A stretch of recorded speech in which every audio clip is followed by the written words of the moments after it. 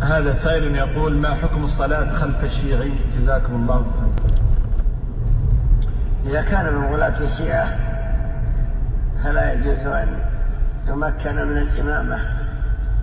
ولاة الشيعة هم الذين يطعنون في الصحابة، سيما أكابر الصحابة كالخلفاء ونحوهم، وكذلك يغالون في مدح أهل البيت في زعمهم ويزيدون في قدرهم، بحيث أنهم يستحلون وصفهم بما لا يستحقوه إلا الله تعالى، فهؤلاء من الغلاة.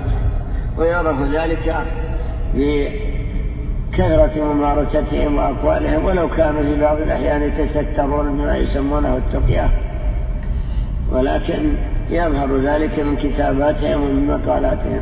أما إذا كان من العامة الذين لم يصل اعتقادهم إلى هذا الغلو فقد يجوز، ولكن الأصل أن كل من ينتحل هذا المذهب الشيعي يغلب عليهم أنهم يطعنون في الصحابة، لا يسلمون من أن يطعنوا ويخالفوا جمهور الصحابة.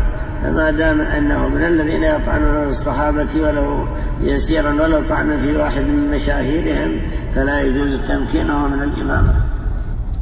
هذا